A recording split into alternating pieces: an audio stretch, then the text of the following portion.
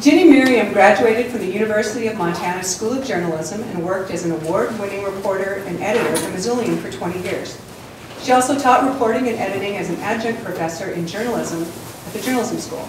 In 2006, she went to work for the city of Missoula and Mayor John England as the communications director for the city. You have a great mayor. Thank you. You I know. do. He's a great boss. He's a great and he's a guy. great writer. He seemed to be. He is. His remarks were great. So I give you Ginny Mirriam.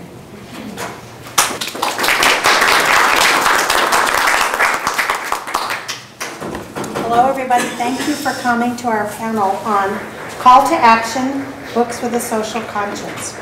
We have 3 panelists today, Dorothy Patent, Kay Whitlock, and Shannon Rossmiller, who joins us from afar, or what we think of as afar because it's east of Helena. Yeah. Right.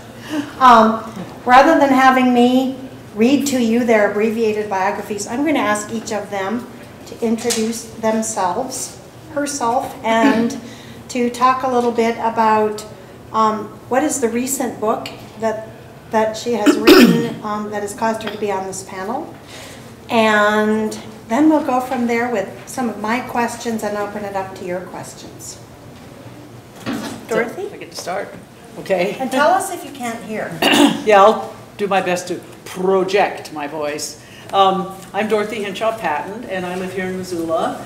And my career has been mostly writing nonfiction books for kids. I'm trained as a zoologist, and so that was, and I was a naturalist as a child. I was always out of doors running around chasing frogs and catching butterflies and doing all that sort of stuff. So it was a natural thing for me to do.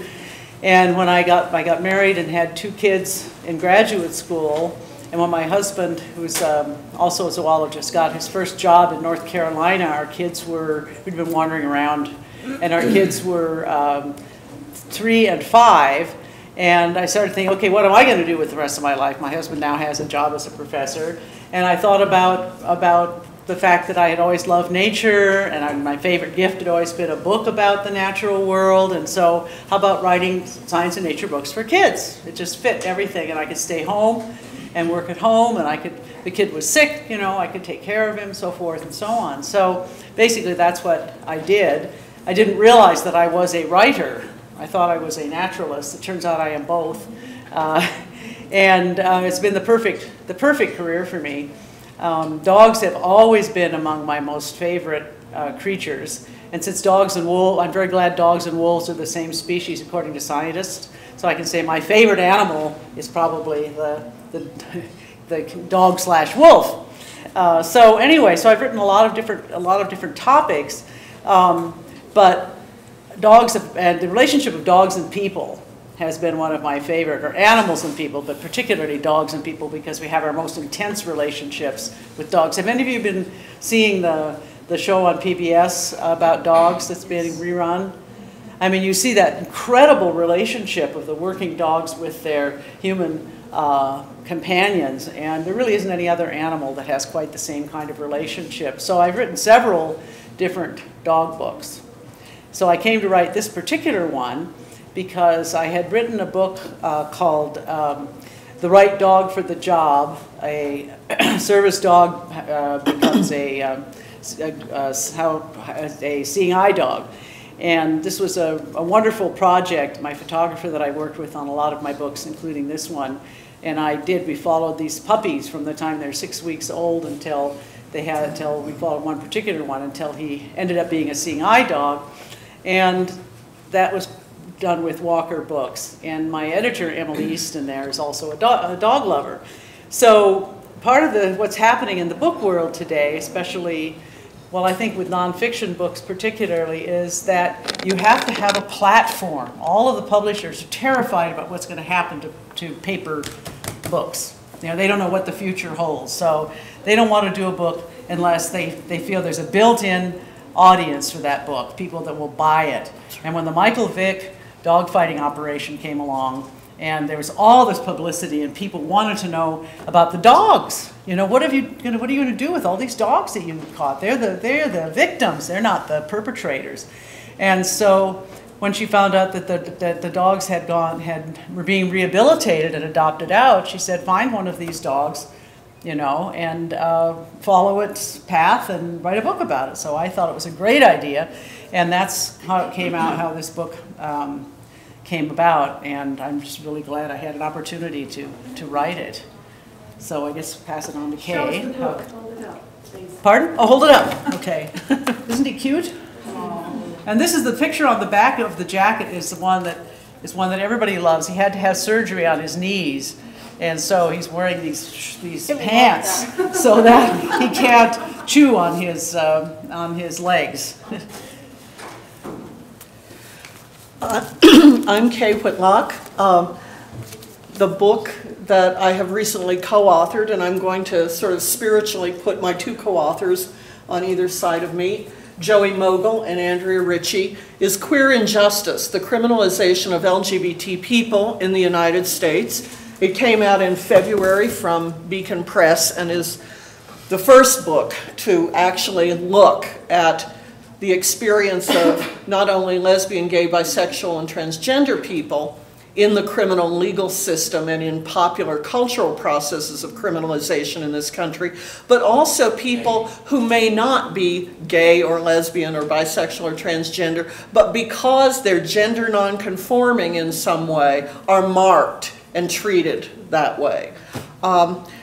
What's my experience for this? I'm a long-time organizer and activist who's been primarily involved in socially conscious nonprofit organizations through my life, doing a lot of writing, a lot of organizing with them, particularly the American Friends Service Committee, which is a national, international Quaker peace and justice organization. And that organization has always worked to develop what we think of as a whole idea of justice, that you can't just take this issue injustice and injustice or that issue and address it in isolation from the web, the network, the sort of tapestry of justice and injustice in the United States.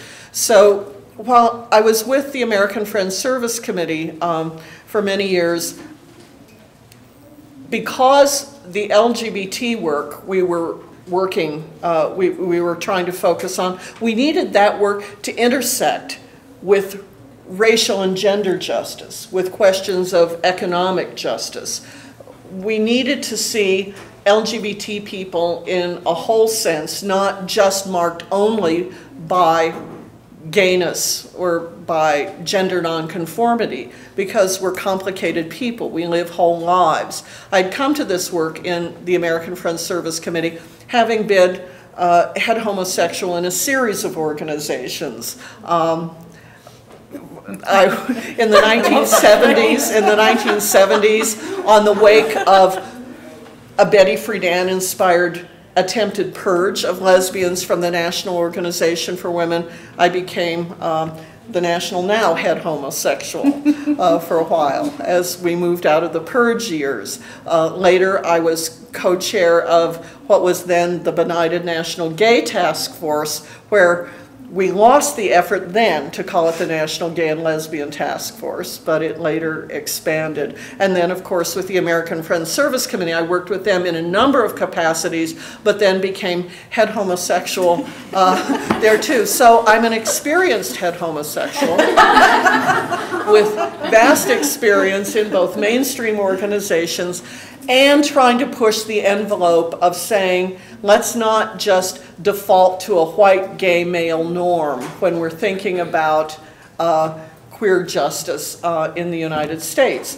I was one of a number of people often reviled for our work who kept trying to bring issues of the criminalization of queers and what was happening particularly to poor people, people of color, immigrants, gender nonconforming people in the criminal justice system in this country. It was a form of violence and injustice that was being ignored, still is, by a lot of the big mainstream organizations. And there were a number of us around the country doing a lot of work. Beacon Press was interested in this work. They're a socially conscious book publisher out of Boston, been doing stuff for 155, 56 years. You know, they published Ralph Waldo Emerson, they published Thich Nhat Hanh, and now they published Queer Injustice. And they came to us, and literally, actually they came to me and said, will you write us a book about gays in prison? And I said, no, but there's a bigger book there. There should be a more expanded book about processes of criminalization. And they said, well, write us a note and tell us what this book would be. So I did, and they said, we want to do this book. Will you do it? And I said, no, I can't do it myself.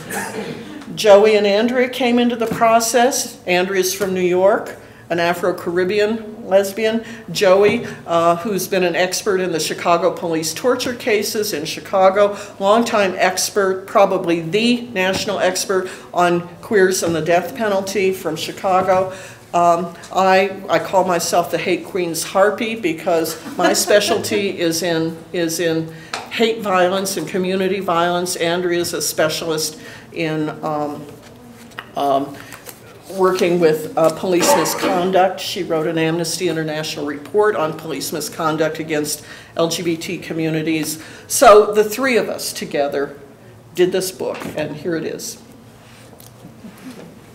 My name is Shannon Rossmiller, and I don't have one of my books with me as the other panel members do, but the name of my book is The Unexpected Patriot, and my book chronicles my journey in counterterrorism and counterintelligence with the FBI since 9/11. Prior to 9/11, I was just your typical, mother, wife. I had 3 kids, and at the time I was a judge, and I sat on the bench for about 6 years. I spent more than 20 years in the law with my time on the bench, and then 3 years at the Attorney General's office. So combining my skills in language and then criminal justice and all those things brought together after 9/11 to kind of create what now is called the field of cyber counterintelligence and counterterrorism. So that's kind of just, I'm just going to be real brief with my introduction. So that's just basically a little bit about myself as well as my book. So. And we should say that Shannon is from Conrad, yes. Montana. Yeah. Oh, here's my son. Oh. This is my That's my daughter there too. So yeah, this is my book, The Unexpected Patriot. So thank you.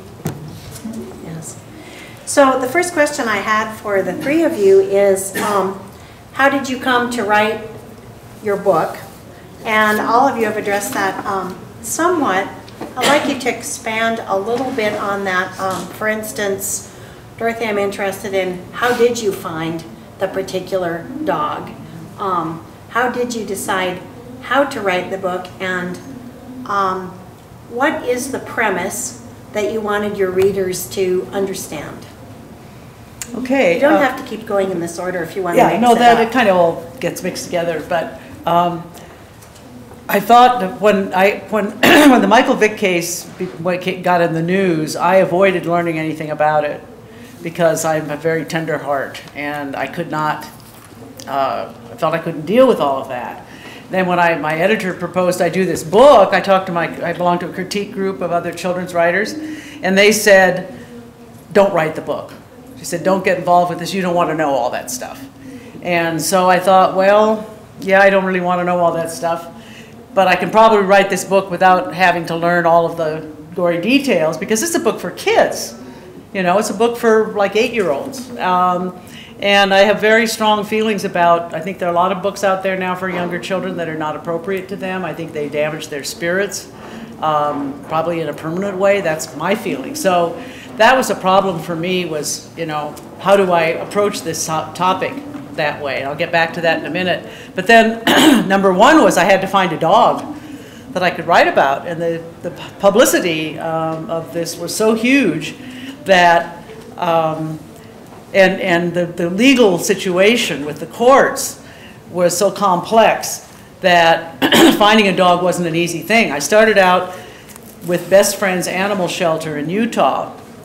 They're an amazing place. They're like a model for no-kill animal shelter. They started out with dogs, and now they have a lot of other kinds of animals as well. But they had taken on 22 of the Vick dogs There were 49. What happened was that the normal course of events when you have one of these dog busts was put the dogs in a shelter, the back room, don't pay any attention to them because they're doomed. As soon as the court case is settled, they're all euthanized. That was what was always done in the past. And Donna Reynolds and Tim Racer, who are absolute angels, they run an organization called Bad Rap, Bay Area Dog Owners Responsible About Pit Bulls. People will do anything to get a proper acronym. But they started a website 10 years ago just to help people in the Bay Area, about this, the whole issue around pit bulls. I've got a pit bull and my neighbor doesn't like it, or I need to train it, whatever. They were inundated by people all over the country who wanted to have information. And so one of their goals became to change the system so that these fight bust dogs would have a chance. And this was the case that came along, gave them that opportunity.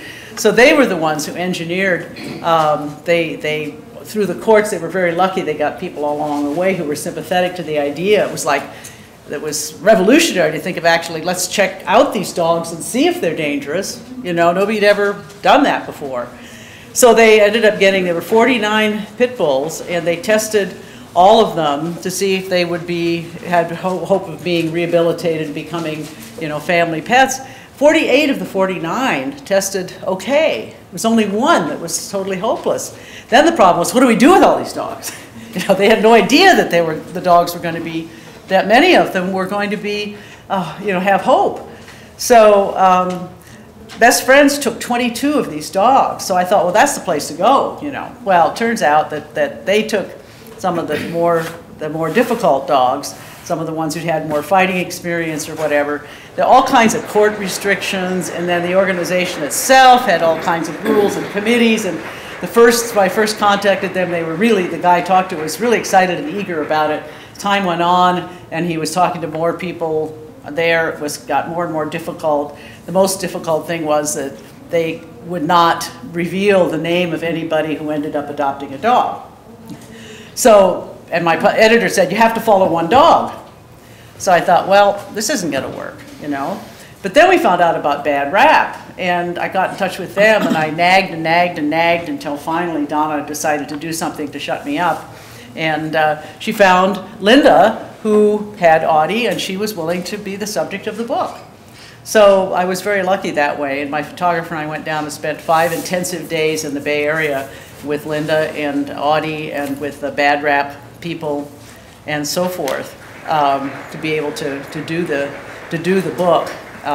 Since then, some of the dogs from Best Friends there have gotten their own Facebook pages, and so they are coming out. The ones that have been happily adopted, their people are bringing them out, and there's a big movement to showing people that these dogs are just dogs. And that's what's really important. The first half of the 20th century, the pit bull was the most popular family pet. You look back at those old movies, the old Our Gang movies, they had a pit bull. They're just all over the place. And unfortunately, I think it was in the 1970s or so, there's more and more backyard breeding for dog fighting. And this got the breed a bad reputation, and so now it's become sort of,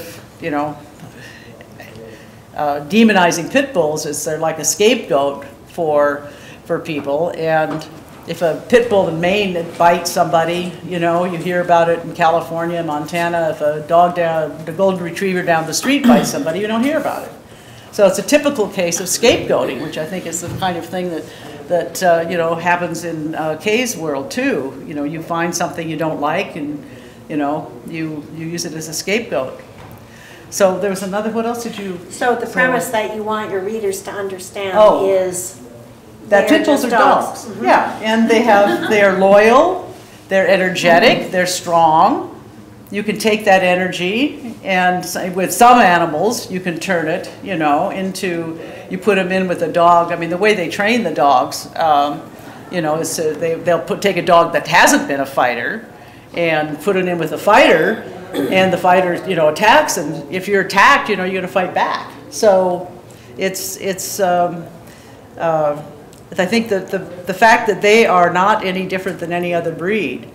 Every breed has certain general things you can sort of expect from the breed, but every dog has its individual personality.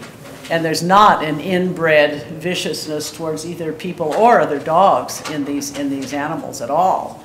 They want to please their owners, and they're smart and they're strong, and so they're a good size for managing. You pick them up and take them out of the ring, pick them up, put them in the ring. You know, they have short coats, they don't need a lot of care.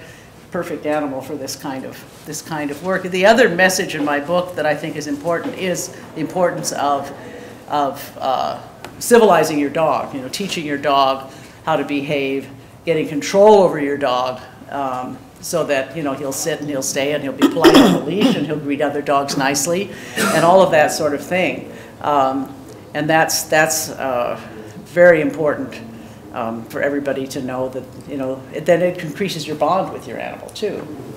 So I guess that answers your questions. Thank you. That's fascinating, Dorothy. I've read the book.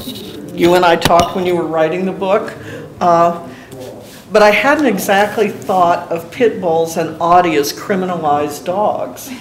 But they are presumptively considered vicious, presumptively and wrongly considered vicious. So that's Can I say something? Yeah, please. Well, a real sign of that is when they took the first batch of dogs. Bad Rap took the first batch of dogs away from these different shelters in Virginia. They had them scattered all over in Virginia in these shelters. That was almost worse than being at Vic's, because they were totally ignored, left in a cage 24 hours a day, 7 days a week, no attention, noise, being sprayed with hoses when they cleaned their cages and everything. So some of them came close to really losing it. But they took 10 of them in a van from Virginia all the way to California. But they had to dodge around the borders of states. There's like Ohio, I think it is, bans pit bulls completely. And there are a lot of communities that ban pit bulls. And so they had a really hard time. They couldn't just drive from Virginia to California. They had to zig and zag across the country, and they had encounters with people along the way who didn't like their dogs, and it's dogs who weren't doing anything. It's an underground railroad, really. Yeah, it was like that. Yeah. Anyways. Well, nice segue, Dorothy. Thanks. Yes. You know, hers immediately has a happier ending than the story. I've already talked a little bit about some of what I was doing and how it was an intersectional approach to LGBT politics, that you have to bring race and class and gender nonconformity and economics into the picture to have anywhere near an accurate picture of the varieties of queer lives. Because right now, the popular conception of LGBT people is sort of white, middle class, upper class, mostly males, but it's a white image, it's an economically affluent image, and it's wrongly considered a highly privileged group of people in the United States because of that kind of stereotype. But many organizations, not the big LGBT organizations, but community-based organizations, the Audre Lorde Project in Brooklyn, New York, Community United Against Violence in San Francisco, lots of different smaller organizations have been working on the issue, the sort of forgotten issues that are dropped out of the mainstream gay agendas. Think of the mainstream gay agenda as having been focused in recent years on marriage, the military, and hate crimes. All worthy, important issues. But even when you take all of those together, they completely drop out of the picture many forms of structural violence and injustice. And by structural, I mean literally built into the normative workings, historically, built into the normative workings of many public and private institutions, so that certain forms of violence are not even seen as violence, not even named or recognized as violence, or certain structural forms of injustice. And that's been my calling and the calling of a number of other people in the country and a number of organizations to try to lift up this hidden, not so hidden if you're poor, not so hidden if you're a person of color, not so hidden if you're a queer immigrant of color, certainly not hidden if you're a transgender person, certainly not hidden if you're a homeless queer person, but to try to help lift these things up to public sight so that we can form justice movements that work at these intersections. Many of us had also worked in criminal justice areas where the obvious structural racism of the criminal legal system and prisons is being more and more recognized. It's not changing nearly enough, but books like Michelle Alexander's The New Jim Crow really speak to what has happened since the 1970s, when the whole Get Tough on Crime movement became a response, a social and political response to the sort of liberation movements of the 60s and 70s that were challenging still entrenched forms of racism that existed beyond the legal equality that was achieved during the civil rights movement. They were dealing with gay liberation, women's rights, all of that kind of stuff. Get Tough became a kind of proxy response under the Nixon administration and then carried on further to demands for liberation and for more justice. So,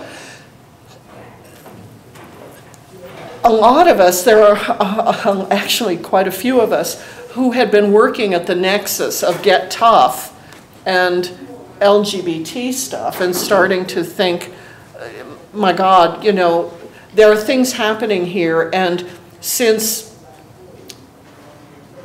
the Stonewall Uprising, many of you know about the Stonewall Uprising, 1969, police raid, once again, a bar in Greenwich Village, a gay bar in Greenwich Village, and the queers there, largely working class, many of them transgender, people of color, have had it, and they fight back against the police. Many people locate the founding of the modern gay movement in the Stonewall Uprising. Not true.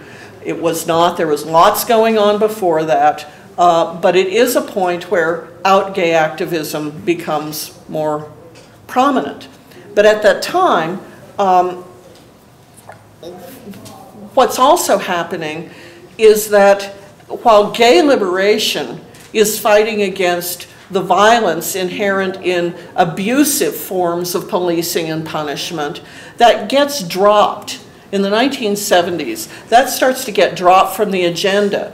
It starts to get dropped from lots of agendas, not just the gay agenda. It starts to get dropped from the NAACP's agenda. It starts to get dropped from the women's agenda, where the liberation movements had always named state-sponsored violence and injustice as part of the effort. That starts to get dropped as groups move from movement to nonprofit organizations that have certain kinds of restrictions and certain agendas, and especially need to appeal to donors. And donors are not often moved to give to people who are criminalized. When I talk about criminalization, I'm not talking about just being charged with a crime. I'm talking about the social and political presumption that you're in a group of people most likely to either be intrinsically criminal or predisposed to commit certain kinds of crimes. And these are policing processes, they're political responses, they're cultural responses. And queers have historically, literally since colonial contact in the Americas, been criminalized. But it's not just a straight generic story about gays, irrespective of race, class, and gender, who are being criminalized. It's a nuanced story where race, class, and gender profoundly affect the story of who over time becomes most abusively policed and punished and in what ways. And how does homophobia and transphobia get used? How do they get used in ways that reinforce race-based policing, that reinforce the policing of the poor? How do queer themes get used to reinforce those things? And at the same time, how do race and class and gender nonconformity get used to reinforce and bolster queer-based policing as a standalone basis of punishment? So it's a complicated story, and believe me, fundraisers do not want to hear complicated stories. They just don't. It doesn't make a catchy letter. It doesn't make a heartwarming television spot. It just doesn't. But we needed to do this.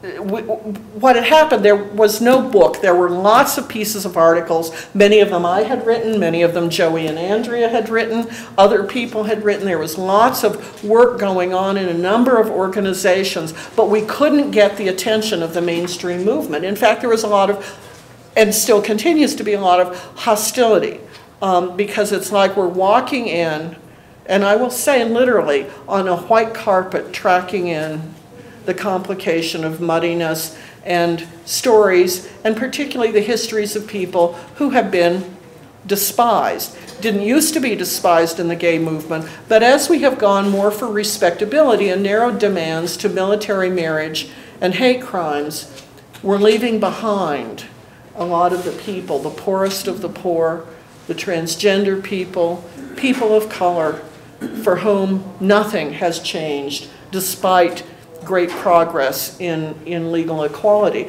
So the premise of the book is that equality, legal equality, has never freed and will never completely free LGBT people, while a worthy and essential building block of justice. It is not enough that the issues of violence and structural systemic forms of injustice faced by queer people will never be effectively and fully addressed until we come to the multiple ways in which queers have, since the days of colonial contact, been criminalized.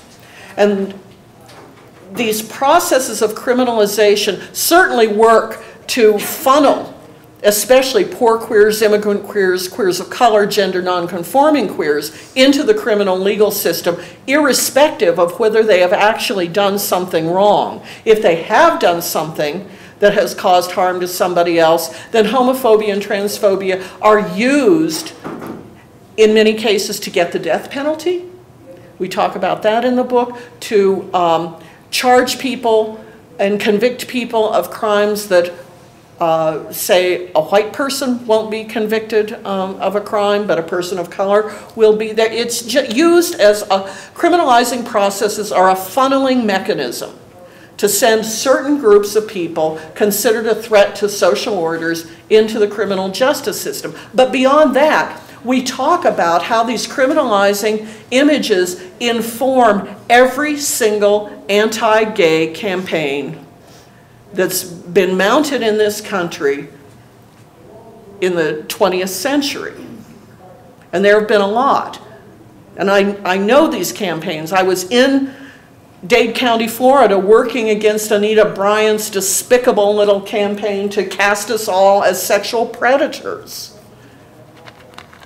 So we're saying all queers, directly or indirectly, are affected by these criminalizing processes, but people of color, poor people, gender nonconforming folks, and immigrants are especially hard hit. And those are the folks that are being dribbled out of the mainstream gay agenda, and they shouldn't be.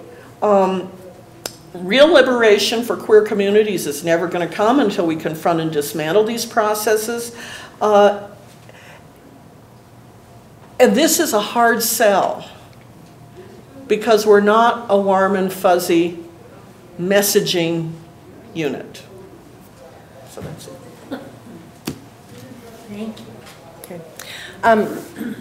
The premise of my book was really not just to chronicle the things that I'd done since 2001 with the FBI, but really to talk about how that process affected me, my life, professionally, personally.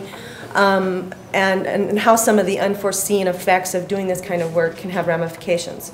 And so, but, you know, in looking at and thinking about the premise of it as I was, you know, wrapping up writing the book, it really came to me that, you know, it was really an opportunity to show people that not only just, you know, doing the kind of work I've done in fighting terrorism, but you can, you know, look at for something that you have within yourself to take on and do for whether it contributes to a local, a state, or some other important cause. And so, and I really don't think that we see enough of that today.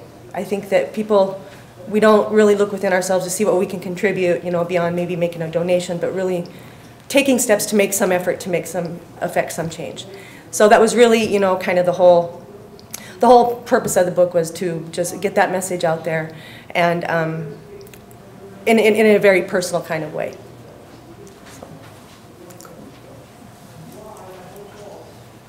Can I ask you a question? Sure. How did you, obviously something happened between you and 9/11 Yeah. that got you to decide this is what you wanted to do? Well, at 9/11 I was affected probably just, you know, like everybody else, but on that evening I had an accident where I suffered a fracture to my pelvis. So I was laid up for about 5 weeks. Oh. And so within that process, I really, if you can remember back then, you know, there, pretty much everywhere you turn the channel, there was some coverage and continued coverage of that. And it really just, really kind of radicalized me and angered me more and more every day what had happened to our country. And I started to want to learn about the terrorist groups. What is their ideology? I mean, what, you know, makes people tick and want to act and carry out such attacks on people? And so that was really where it started. But I've often wondered if I hadn't been injured on that night and been laid up, would I had, you know, taken this, you know, kind of life change career course that I undertook. Well, I wondered that too. Yeah, Because the things that happen in our lives. that Exactly. One thing leads to another and you don't know where it's going. Exactly. I'm interested in what techniques you used on purpose to convey your ideas and persuade your readers to engage with you and your ideas. And then in retrospect, can you see techniques that you used unconsciously? I was struck by, it was interesting reading the three of your books one after the other, because you appear to be so different, but actually under this umbrella, there are so many similarities, and all three of you use quite vivid storytelling. Sometimes virtually unbearable, in your case, sometimes very personal to this dog. So what are your thoughts there? Let's start there. We'll go the other way. Actually, I'd like to think about that a minute, if you don't mind. Just, okay. Well, I can go ahead. yeah, please. And start. Yeah, for me, my major difficulty was, okay, I'm writing this book for kids, and I don't want to talk about what happened to these animals, because my story is it's a story about the power of love and hard work to make things well. It's not a story about the bad things that were done in this case, because it's a book for little kids, you know. And it's just I did my best, even working on the book, not to read any more than I had to about what had been done to the animals, because perhaps in terms of like audience, a puppy. Okay, so he didn't really need to be rehabilitated away from being an animal who looked at other animals as something to attack. But he had absolutely no teaching of what it is to be a dog who's with humans. He was out in it's also not that much known about exactly what the animals, how they live from day to day, because of the the whole court system. A lot of this is locked up and sealed and so forth and so on. So we don't even know that much specifics about what happened to this individual dog before that, and that was another problem. So how do I introduce this to kids? So my editor said, the reader has to know that what this dog is facing. He's, in this environment, facing certain death.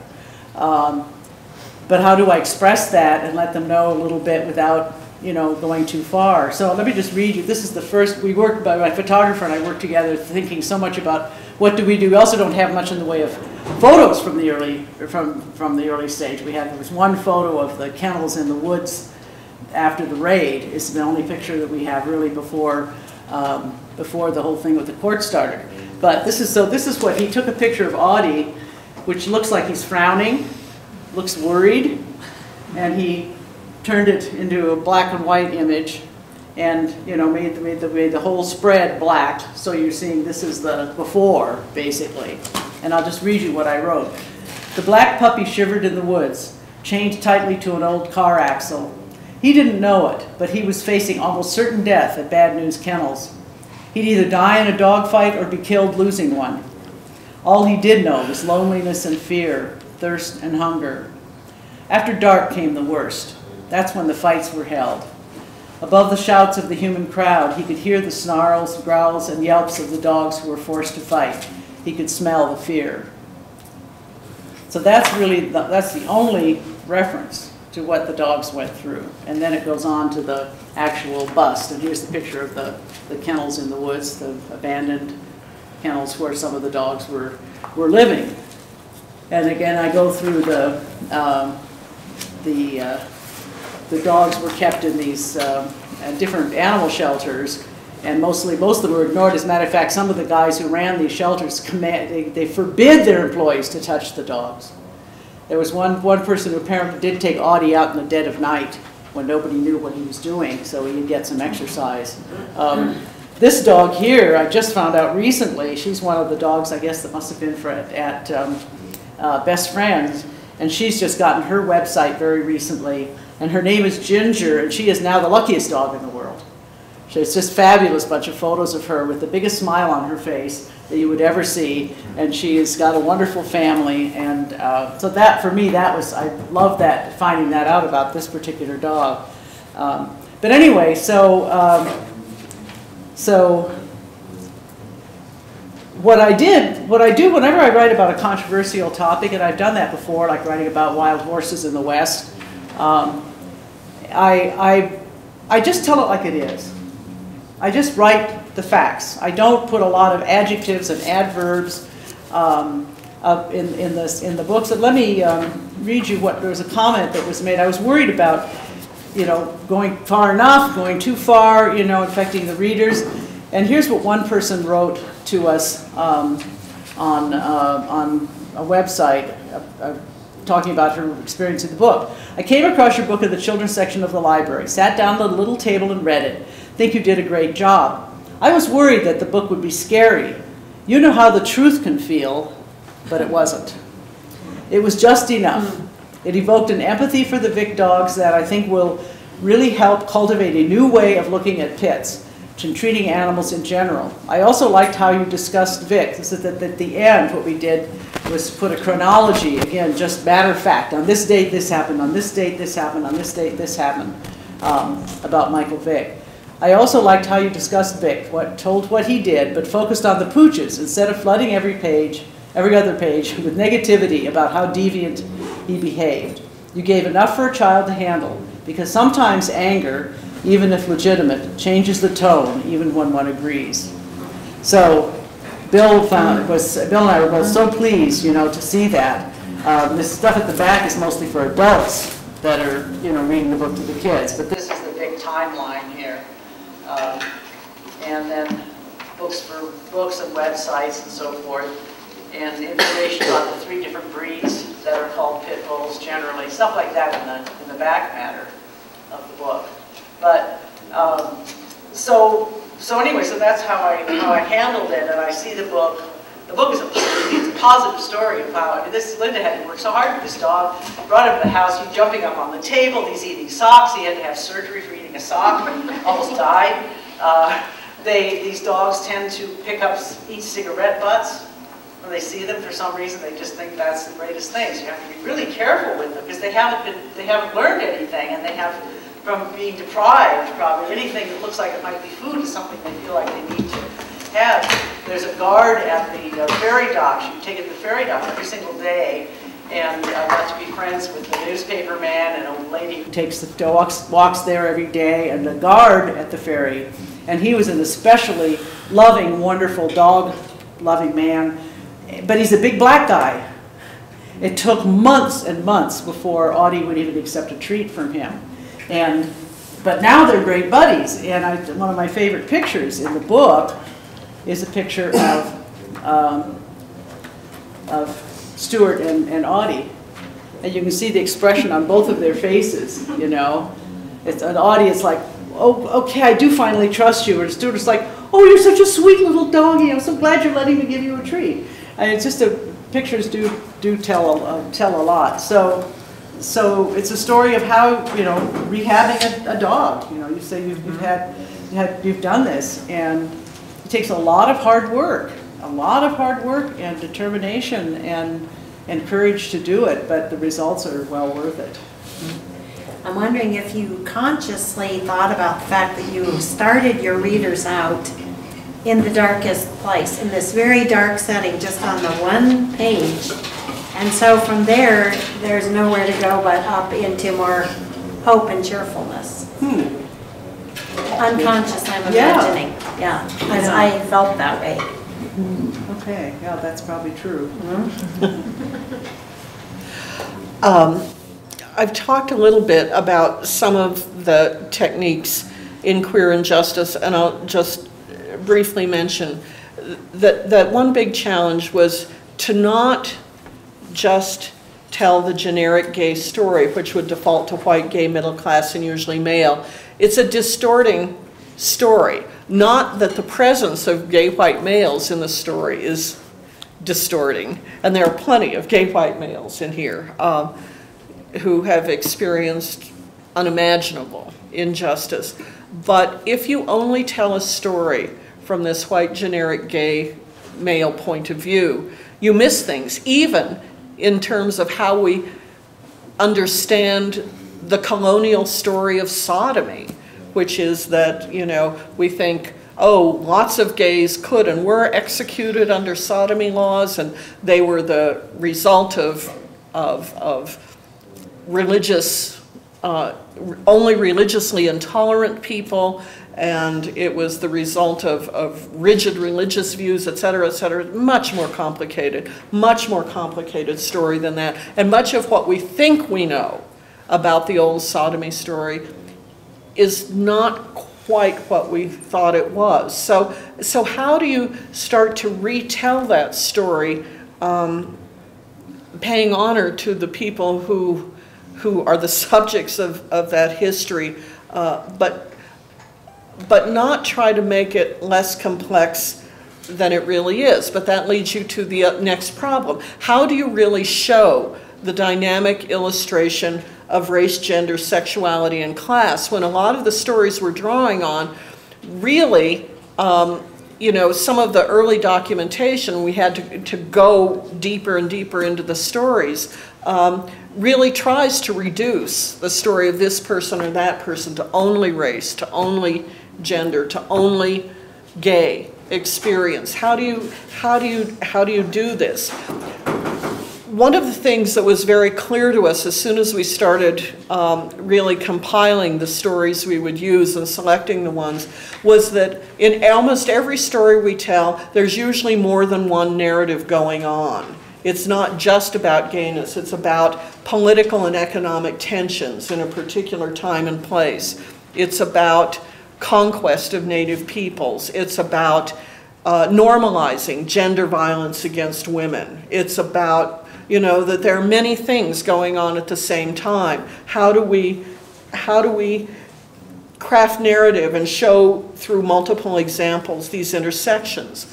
But then we're dealing with bad, hard news. So we have to deal with themes that are familiar not only to most LGBT people and communities, but a broader public, trying to show how these themes are affected by queer criminalizing archetypes, which is something we do in here, and I'm going to get at that archetype thing in just a minute.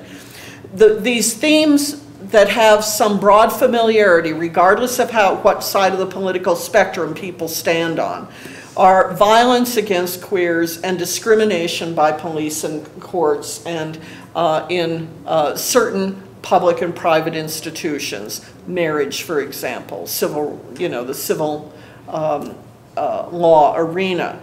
And then we had to broaden these themes to show that hate violence committed by individuals in communities is mirrored and escalated a lot by the systemic violence done by police and in prisons to queer people. In other words, you have to understand that the violence of hate violence, when somebody beats a Matthew Shepard and fixes him to the fence in Laramie, Wyoming, doesn't just come out of nowhere. It doesn't just come out of extreme irrational prejudice of individuals. We can and do tell stories in this book of extraordinary violence done to queer people in custody. And by violence because they are queer and seen as especially dangerous, as seen as especially despised, especially corrupt. So we want to broaden the frame.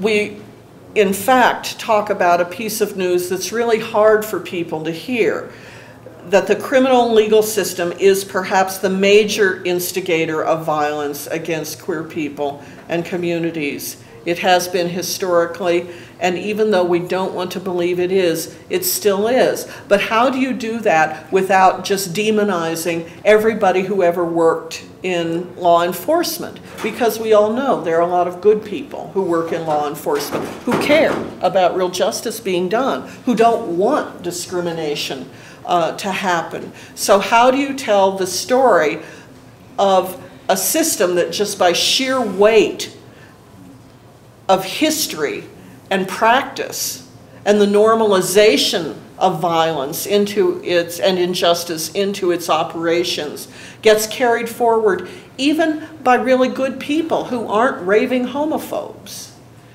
That's the most interesting story about real justice in this country, is how do we put the responsibility for change not just out there with somebody else? How do we in fact take up our share of responsibility for it? How is it that we understand that justice isn't a zero-sum game and the violence is always being done by somebody else? What if it's being done by us, not intentionally, but just by tacit support of systems that embrace violence? So there's that. Then we had to tell stories in ways that would help readers understand the central relevance of queer criminalizing processes to not only the structural violence in the criminal legal system, but in schools, the distribution of legal benefits and rights and recognition more generally, to queer experience in workplaces and more. How would we help readers understand that until we confront queer criminalizing processes, anti-gay campaigns will always gain traction because they touch us not only at the level of intellectual analysis and reason, but the queer criminalizing archetypes touch even people who are not homophobic but can be persuaded not to support gay progress in certain areas. How do we put a human face on a subject no one wants to deal with, especially when we're sometimes talking about the use of homophobia and transphobia to send a person who actually has done wrong, but homophobia becomes the driving force to send them to the death chamber, to be executed, where it's literally the manipulation, the obvious open manipulation of homophobia that sends somebody to be executed, sometimes rightly or wrongly. These used in many more cases to prosecute queers in non-capital cases. We tell the story of Miguel Castillo, who literally was already in jail when a murder was committed for which he was ultimately convicted and sent to jail by prosecutors and a judge who were determined to see this as a homosexual murder and frame Castillo for it. And they did. He eventually, thanks to my co-author, Joey Mogul,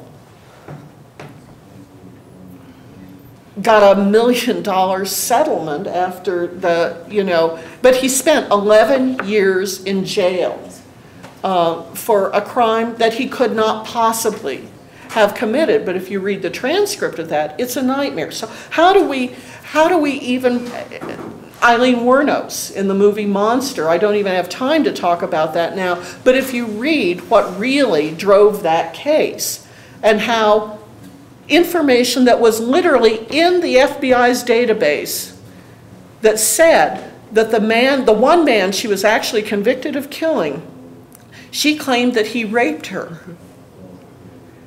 It was in the FBI database that this man had served 10 years for violent rape.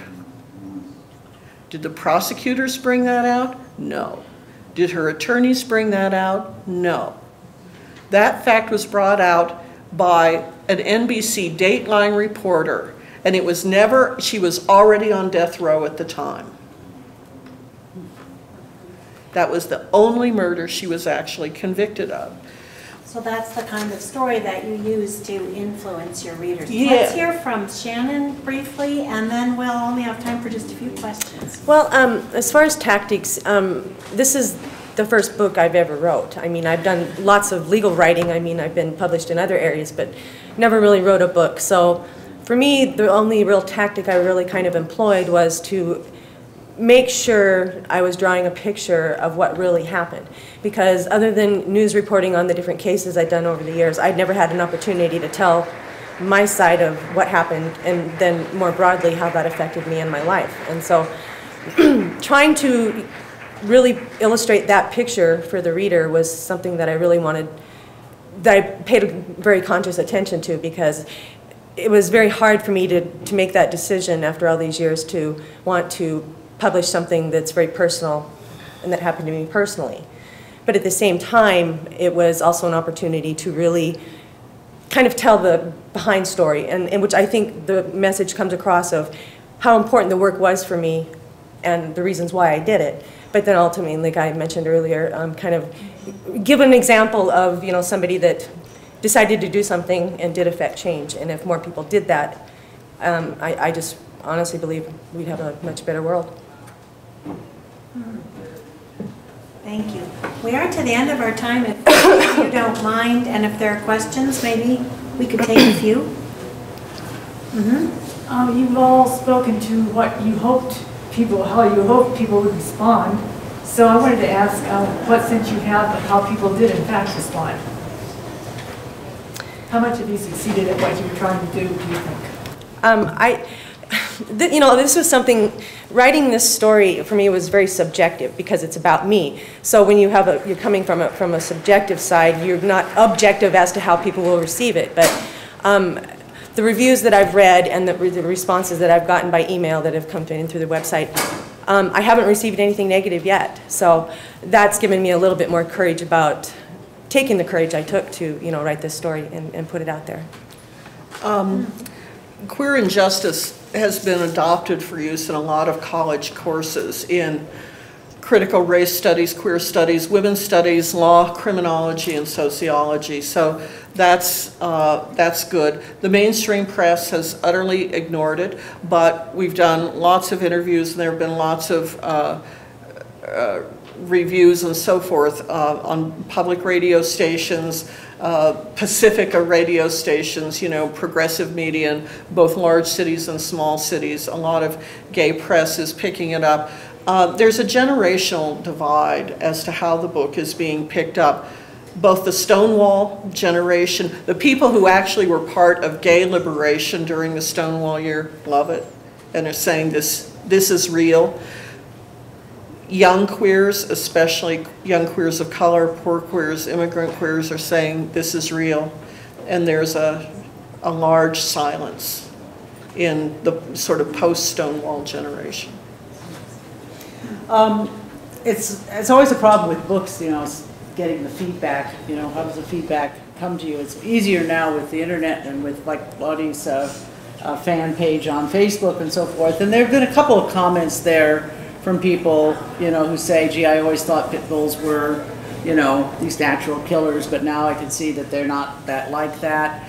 But I think that the best way that these attitudes can be changed is the approach that Tim and Donna use, you know, and that is they give obedience classes that are open to the public. They have long waiting lists for these classes so that these animals will be model citizens, so the pit bulls will be seen, you know, as animals that get along with other dogs, that obey their owners, that are good citizens, and just to carry on that message and always, you know, show the good side of things, and hopefully people will learn. I don't know how much influence a book like this might have on the kids who hear the story, you know, but I don't know about the adults out there who still think that pit bulls, you know, he's some kind of an exception. He's not a normal pit bull, you know. He's only one of these, the smallest of the 3 breeds that are considered pit bulls. So there are various excuses they can make for how come this guy's turned into such a nice little guy. So I don't know, you know, how much help it's been. It's hard to evaluate. Yes. I'd like to ask Shannon, somewhere along the line, I missed the gist of your themes in the story in your book. Are you taking the perspective of a mother or a working mother, or what stance do you take on the 9/11 issues? Well, I was wearing my many hats as a mother, you know, as a judge, as a wife, and all those things. And you know, we kind of relate and act differently in each of those roles, even though they are all one, you know, one meaning me. So yeah, it was. It's written, you know, really from all of those perspectives, because, you know, it impacted not just my personal life, but my professional life, and then health and other issues as well. So in each one of those roles, there's an impact, and I think that, you know, I think I did try and really kind of convey, as a mother, I felt this way or did this, or, you know, as a judge, I felt and did this, or, you know, in each one of those respects. Yes. Yeah, I have a question for Shannon too. I live up in northwest Montana, and we have more and more extremists migrating in. Right. How do I, as a member of my community, face up to these people? I mean, the local neo-Nazi group is actually showing these in our public library, and there's nothing the library can do to stop this. The best thing, and you know, when I talk about experience from, you know, terrorist groups or whatever, extremists is really, you know, what they all are, you know, at the end of the day.